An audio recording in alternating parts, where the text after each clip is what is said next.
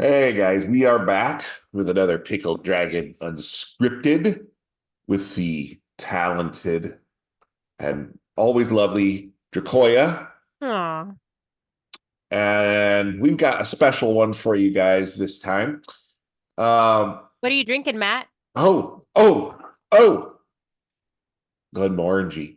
Glenmorangie. Yes, I just can't get enough of this stuff. It is my favorite. This is the 12. There's obviously the 15 and 18 and all the greatness that climbs the ladder, but I'm happy with my 12. We need to get you like a good 15 for Christmas. I think that's what I'll have to get you for Christmas. Yes, yes. And I'm drinking tea because I am a loser. No, it's because I'm in the middle of moving and this is chaotic enough, much less stumbling around drunk over boxes. Anyway, let's get started. Stressful enough without a little booze to get in the way. Yeah. So we Okay. have a special video for you this week.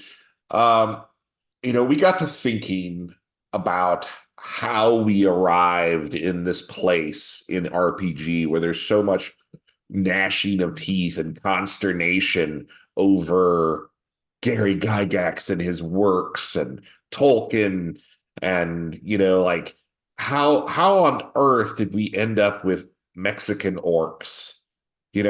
Like it's crazy to me the leaps of logic that people take when they read somebody's work or look at a single quote and take it out of context or can't identify sarcasm when they see it. Um, Well, and I'm very bad at identifying sarcasm, so I can understand, but also well, yeah, yes.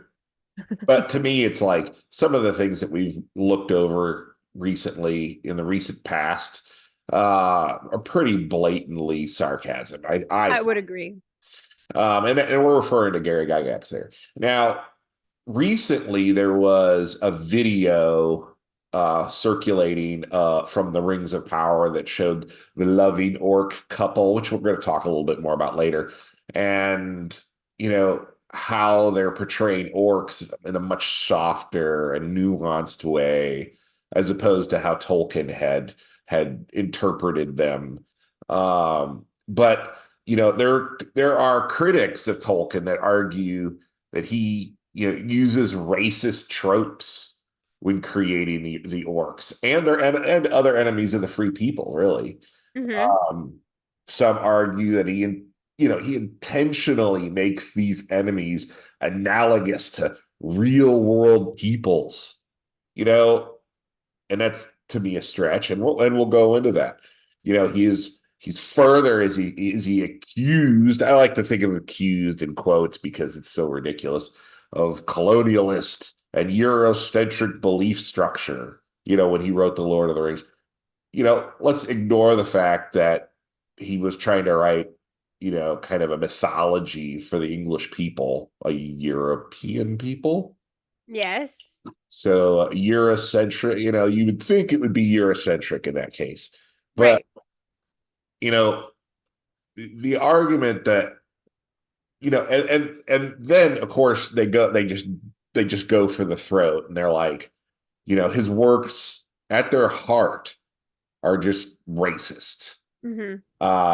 And you can see that because uh his works are rooted in the idea that orcs were somehow less than or less worthy than other races, right? Right.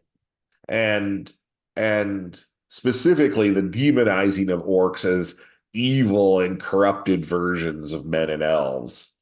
But we're gonna take a look at this in quite a bit of depth. We actually did quite a bit of research, and honestly, you could go into the Lord of the Rings, and I think a lot of people have, but my focus has been on extra writings that he did with fans, Christopher Tolkien, and friends, where he talks about these things in a very much more personal and casual sense, which I think you can get a much better idea of what he was trying to accomplish, by what he meant by his writings or through his writings. when he said certain things, but this is Yeah, going to give you a lot better, much better idea of who he is as a person, not just theorizing and breaking down all of his fictional works.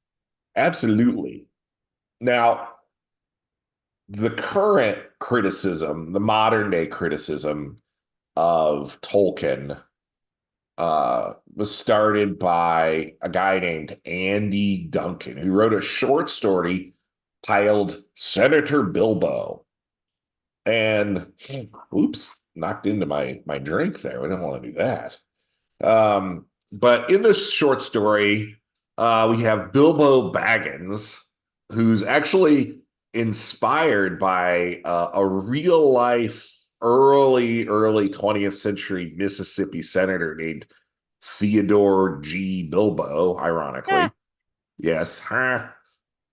And of course, that early 20th century guy from Mississippi was not a nice fellow Hmm. that way, to say the least. Okay.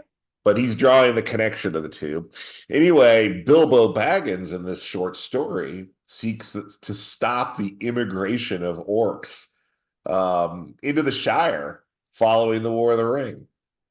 And Bilbo Baggins, this segregationist, opposes any outsider who would contaminate the Shire.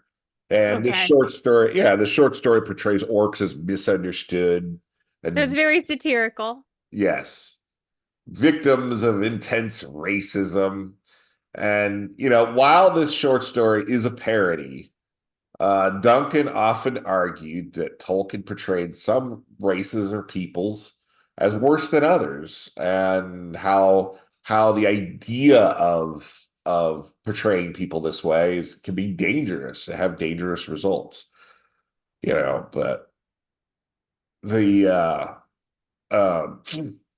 So there's also arguments over hidden messages that Tolkien had in his writings, right? And this has been raging for decades.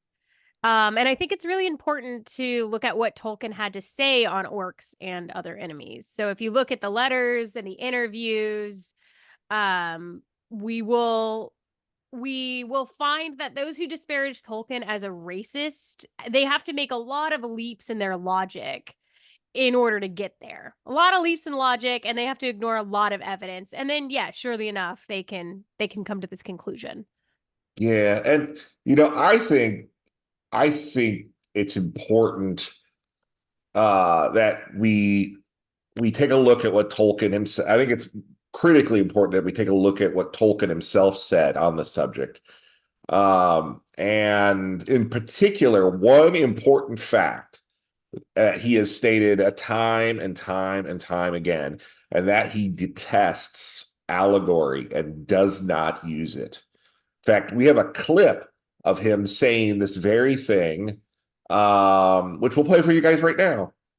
People do not fully understand the difference between an allegory and an application. You can go to a Shakespeare play and you can apply it to things in your mind if you like, but they're not allegories. At least most of them are not. There's more allegorical elements, for instance, in the Tempest than in most,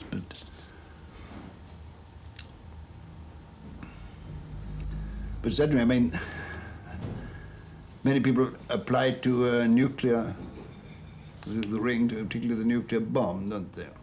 I think that was in my mind, is that the whole thing is only an allegory of it. But it isn't. So, you could hear him say, there's a There is a difference. difference between allegory and application. And Yes. then at no time does a people or creature in Middle Earth directly represent a real world people. Any allusion to any aspect in the real world is only done to create a tangible visual for the reader. And Matt, when you and I were talking, you brought up a great example. Imagine trying to describe ancient Greek culture without using any of the hallmarks of that culture. So you can't use any of the food or any of their own language or any of their own religion or any of the way that you think they might have looked, but you need to describe ancient Greek culture. Right. And Okay. so, it's a very difficult concept, I think a lot of people think of Greek culture, they're thinking like architecture too. And what if you couldn't describe a Corinthian column or, all the different column types but Right, and I can't wait to hear from you guys because I'm sure somebody's going to comment down below and give it a try. Yeah, comment below, give it a try, let us know. But basically what this means is that any connection that a reader makes to the real world is going to be theirs alone and not necessarily one that Tolkien created because it is too ambiguous of a description. Right. And I think in that clip we just played, he mentions that where, Shakespeare doesn't use allegory with the exception of maybe The Tempest. And that, if you make a connection to Shakespeare to anything in the real world, that's just something you've done, not something that the writer has done. Right. So, but again, we were talking about the Rings of Power a second ago. And and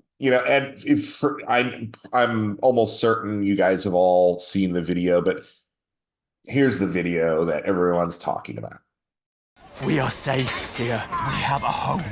Must we go to war again? Trust me, my son, when I tell you that we will never truly be safe until we've made certain Sauron is no more. As you will it, Lord Father.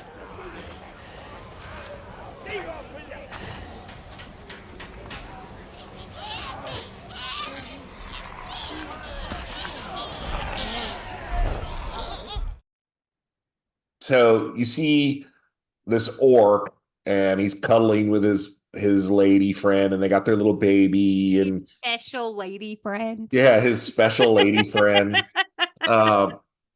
And I don't think, I've read Tolkien all my life, almost practically. And I had always envisioned orcs as having like little litters of orclings, and they're kind of like heaped together, and some of them die, and others are fed. The dead ones are fed to the other babies, and that makes them stronger and definitely gives them a perspective in the world. Well, didn't we see that in Lord of the Rings? Meat's back on the menu, boys. Like, yeah, I don't know. They jumped in on that pretty quick for some kind of culture that isn't like that hasn't, practiced cannibalism before. They jumped in on that pretty freaking quick. It was a tasty moment. That's for sure. Yeah. So really quick before we continue, I want to pause and I want to let everyone know about our new sponsor that we have. It's Foxbite Hobbies. If you are a painter and you need to pick up some new brushes, or you're a DM and you are looking for a new way to transport all your maps and dice and everything else that you need to your best friend's mom's basement's house, go to Foxbite Hobbies and use code DRACOYA, DRACOYA, at Foxbite Hobbies, and you can get 10% off your order. Description below. Yes. So back to Tolkien. So, there have been, as a result, I've seen a lot of critiques of that little clip, right? And I've heard a lot of people say, well, orcs are spawned in mud pits, and they're kind of like hearkening back to the Uruk-hai in the film. Yeah. But Tolkien even admits that this was not the case. He wrote a letter in 1963 to a fan, Mrs. Munby, which I find a very British name, Mrs. Yeah, Munby. very much so. But he wrote, there must have been orc women, but in stories that seldom, if ever, see the orcs except as soldiers of armies in the service of the evil lords, we naturally would not learn much about their lives. Yes, thank you for that. You're welcome. It is worth looking at the origin of orcs to get an understanding of their nature and why they play the role that they do in Lord of the Rings, and why Tolkien describes them the way he does, right? And obviously, these descriptions went on to inspire, Dungeons and Dragons and all the fantasy RPGs that we play today, because they became kind of the quintessential villain. So, we put together Now we're going into the origins of orcs in Middle Earth. Yeah, we put together a collection of little slides for you guys. So I'm going to start sharing my screen and let you guys enjoy. Hi. All right. Evil cannot create anything new. They can only corrupt and ruin what good forces have invented or made. Yes. So orcs were bred by Morgoth in the First Age from the captured elves, and in some writings, men. They were bred and corrupted, but not created. Evil cannot create anything new. They can only corrupt and ruin what good forces have invented or made. So then we found this lovely little thing where Tolkien writes, they would be Morgoth's greatest sins, abuses of his highest privilege, and would be creatures begotten of sin and naturally bad. I nearly wrote irredeemably bad, but that would be going too far, because by accepting or tolerating their making, necessary to their actual existence, even orcs would become part of the world, which is God's and ultimately good. I have represented at least the orcs as pre-existing real beings on whom the Dark Lord has exerted the fullness of his power in remodeling and corrupting them, not making them. That God would tolerate that seems no worse theology than the toleration of the calculated dehumanization of men by tyrants that goes on today, which he's probably referring to somebody we all know. Yeah, it's interesting because this letter was written in 1954 during the height of the Cold War. Mm-hmm. And I think it's fascinating that he mentions the calculated dehumanization of men by tyrants that goes on today. Obviously, the Soviet Union springs to mind. And clearly this is a man who is concerned with human rights and dignity, but it's gonna go way further than that. You're gonna see as we share the letters that he writes, or he's describing orcs, how he feels about his world today, because he constantly mentions it as well. So going on in Morgoth's Ring, Tolkien expands further on how Morgoth shaped the orcs and how the corruption manifested itself in action. So Tolkien writes, they were certainly dominated by their master, but his dominion was by fear, and they were aware of this fear and hated him. They were indeed so corrupted that they were pitiless, and there was no cruelty or wickedness that they could not commit. But this was the corruption of independent wills, and they took pleasure in their deeds. They were capable of acting on their own, doing evil deeds unbidden for their own sport, or if Morgoth and his agents were far away, they might neglect his commands. They sometimes forgot. They hated one another and often fought amongst themselves by the detriment of Morgoth's plans. Moreover, the orcs continued to live and breed and to carry on their own business of ravaging and plundering after Morgoth was overthrown. So this isn't from a letter, but this is from a book called Morgoth's Ring. And here we establish that in Tolkien's Middle-earth, orcs loved to kill and plunder, period. Right. And it was all part of their corruption. And even when not under the control of Morgoth, even when not directed by Morgoth, the orcs would carry on with this despicable behavior. because it was, I don't want to say it was bred in him. It was a evil that was planted in them by this dark Well, lord. we just explained that they were corrupted. They were Right. so corrupted to the point where they started enjoying these horrible acts that they were committing, regardless of Morgoth ever being around, because they were just so corrupted. But they weren't necessarily originally built that way. They were created. Right. We're talking magical influence, which is Right. another way of making, such an eye roll to claim this is a racist trope by making When these we're talking about weird. magic. Yeah, it's magic. But could the orcs be taught a better way? Or rather, can the orcs be saved from themselves? And we're going to see in a later letter that Tolkien admits that their redemption would take a feat on the scale of a miracle. Like it was. They're not irredeemably bad. He says that's going too far in that previous letter, but it's so far beyond the pale that it would take a miracle at this point. Well, it's like trauma, right? Anyone Yeah, who's ever gone to therapy or had any kind of trauma at all can tell you that, sometimes people do bad things and they turn into bad people, and it's a horrible cycle. It's not excusable. It doesn't mean that, oh, well, it's okay. It's really hard to break out of that cycle. And it takes a large amount of willpower on your effort and an effort on your part to do so. But it is always possible.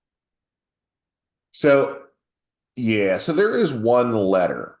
There is one letter that the activists point to all the Okay. time. Say, this is his proof of being irredeemably racist.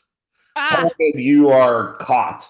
great. So Let's see the proof. yeah, let's dive into the proof here. Do you Okay, want to? so here's this letter. It's written in 1958 to a Forrest Ackerman.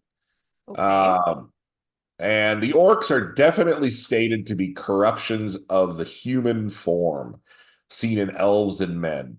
They are or were squat, broad, flat-nosed, sallow-skinned, and with wide mouths and slant eyes. In fact, degraded and repulsive versions of the, at least to Europeans, least lovely Mongol types.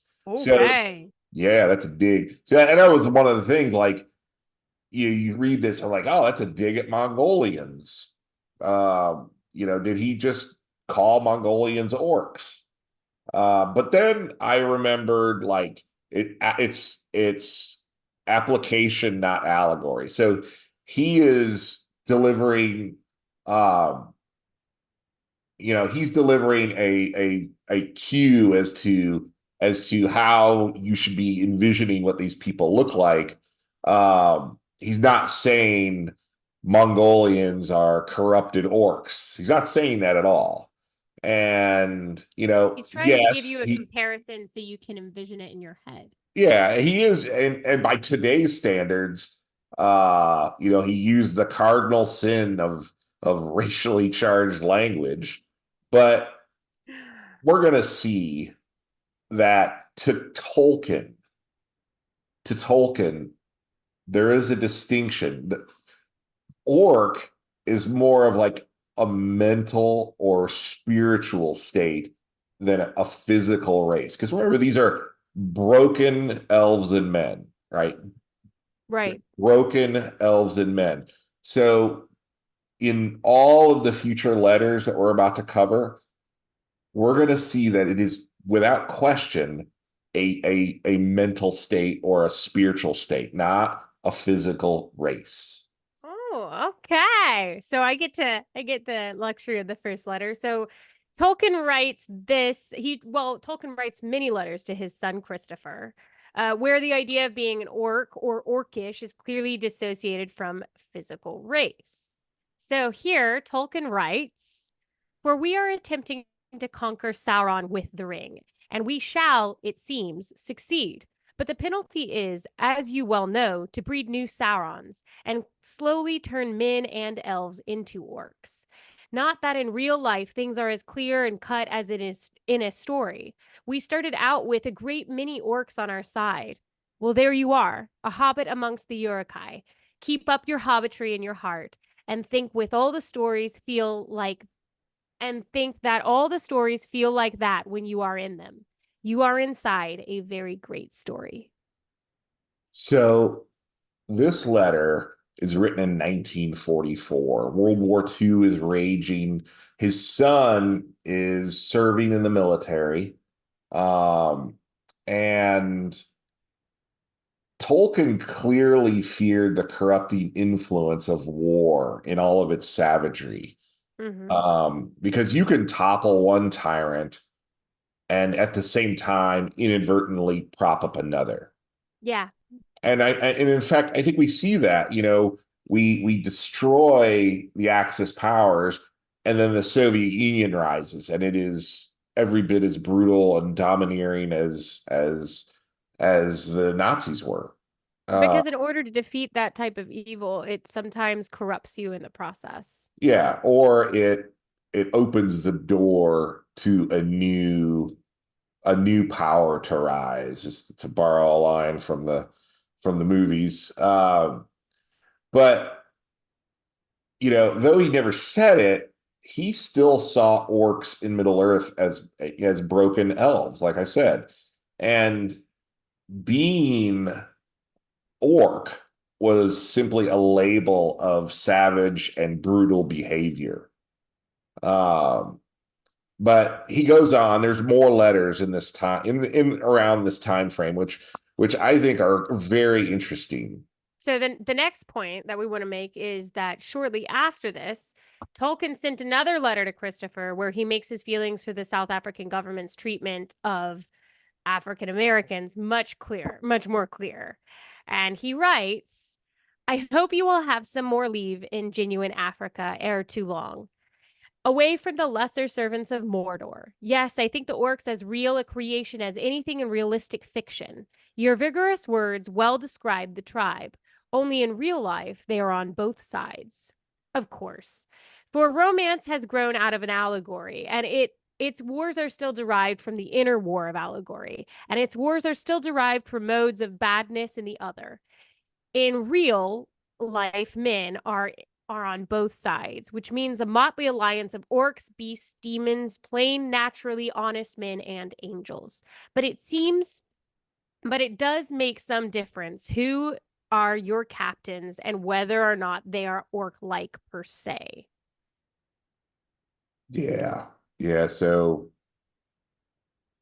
apartheid would become a law in 1948, which codified the practice that had been going on for many years prior.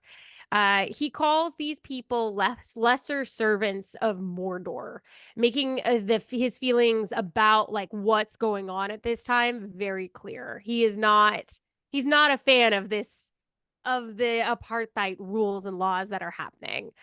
Tolkien also mocks allegory and mentions that there are orcs on both sides. So in other words, orcs are an attitude, not really a race. Yeah, and again, his son is serving at this point in South Africa, which is how this all came up. It's like, I hope you get leave away from those lesser servants of Mordor. And it's clear that how this man feels about the human rights of others. He cares that there are people being oppressed, and he doesn't care if they're black or what race they are. He sees the oppressor as the orc. And it doesn't matter who is doing the oppressing. It is orcish to do so, if that makes sense.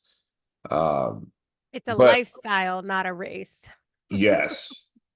But just to drive this point home, there's another letter written in 1944 after these two, which let me bring up for you here. Uruk-hai is only a figure of speech. There are no genuine Uruks. That is, folk made bad by the intention of their maker, and not many who are so corrupted as to be irredeemable, though I fear it must be admitted that there are human creatures that seem irredeemable short of a special miracle, and that there are probably many of such creatures in Deutschland and Nippon, but certainly these unhappy countries have no monopoly. I have met them or thought so in England's green and pleasant land. So here he's saying Uruks or Orcs, they can be found anywhere. Obviously Germany and Japan were aggressors in World War II, but they had no monopoly on this mental or spiritual state of being orc. In other words, orcs are everywhere, from the Axis powers to Tolkien's own England. Or And in some cases, your workplace. yes, yes. His feelings about the Easterlings and Southrons are interesting as they represent a people who fall under the sway of a tyrant, much like the Axis powers in World War II. The humans of Rhûn and Harad are a warning of what will become of the West if they fall under the control of Sauron or the Axis powers. Mm-hmm. They're not evil in the sense that orcs are a corrupted race. Instead, they have been subjugated and pressed into service. And you can see the proof of this of Tolkien's thought process in The Two Towers when Sam sees an enemy corpse. And he writes, it was Sam's first view of a battle of men against men, and he did not like it much.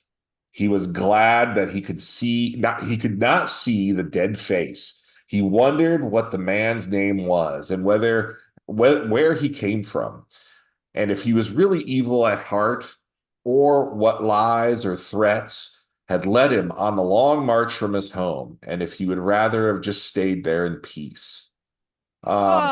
If that doesn't pull on your heartstrings, I don't know what would. Yeah, I mean, Sam, noble Sam. But I mean, it's clear that he did not hold a racist thought in his head when writing these things. He saw he knew he wanted to represent what could befall people of Middle Earth if they did fall under the sway of Sauron, and the people of Rhûn and Harad were those folks that represented that terrible the terrible fate that would befall those that would fall under the sway of evil. Yeah, as Matt said, I mean, it's pretty clear that Tolkien has demonstrated that he cares very deeply for human rights and equality, no matter what. He also, Matt found this, which, oh my God, this is the funniest. This is our last point, and this is my favorite.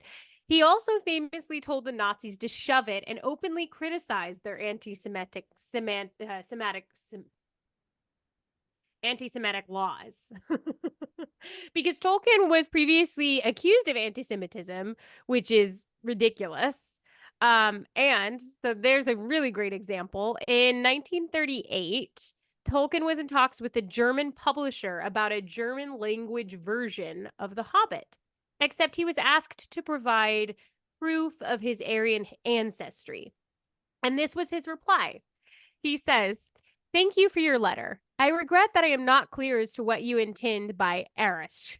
I am not of Aryan extraction. That is Indo-Iranian. As far as I am aware, none of my ancestors spoke Hindi, Persian, Gypsy, or any other related dialects. But if I am to understand that you are inquiring whether I am of Jewish origin, I can only reply that I regret that I appear to have no ancestors of that gifted people."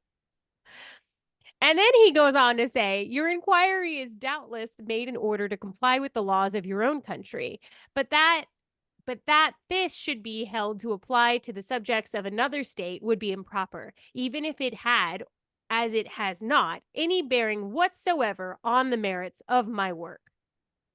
So, Yeah, he basically told them to F off, and he wishes he was Jewish just because he could tell them to shove it. So that was pretty great. Yeah, yeah. I mean, Tolkien was a cool guy. I That mean, is our conclusion.